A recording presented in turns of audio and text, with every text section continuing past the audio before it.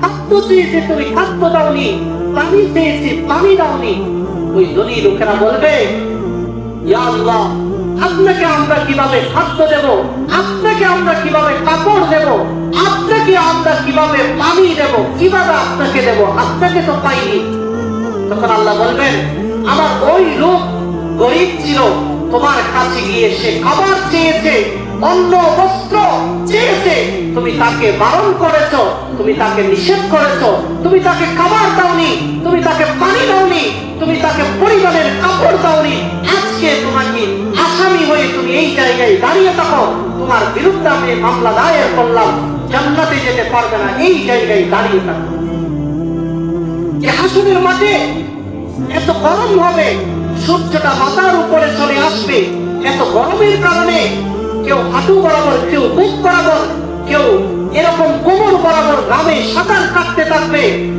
মাথার মগজগুলো কানের চিত্র, নাকের চিত্র দিয়ে বের হয়ে পড়বে।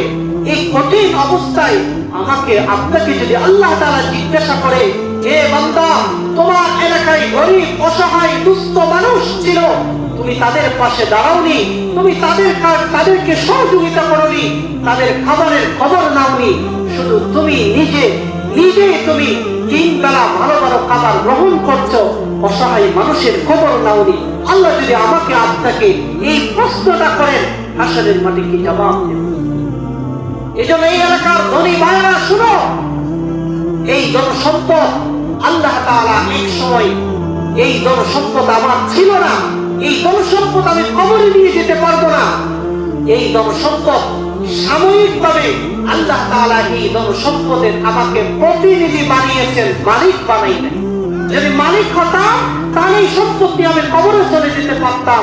আমি মালিক নই, আমি প্রতিনিধি এই সম্পদের। আল্লাহ আমার থেকে জিজ্ঞাসা করবেন, তোমাকে এই সম্পদ দিলাম, এই সম্পদের কতটুকু অংশ তুমি মসজিদের জন্য, মাদ্রাসার জন্য, জনকল্যাণমূলক কাজে, গরিব অসহায় মানুষের পিছনে ব্যয় করেছো?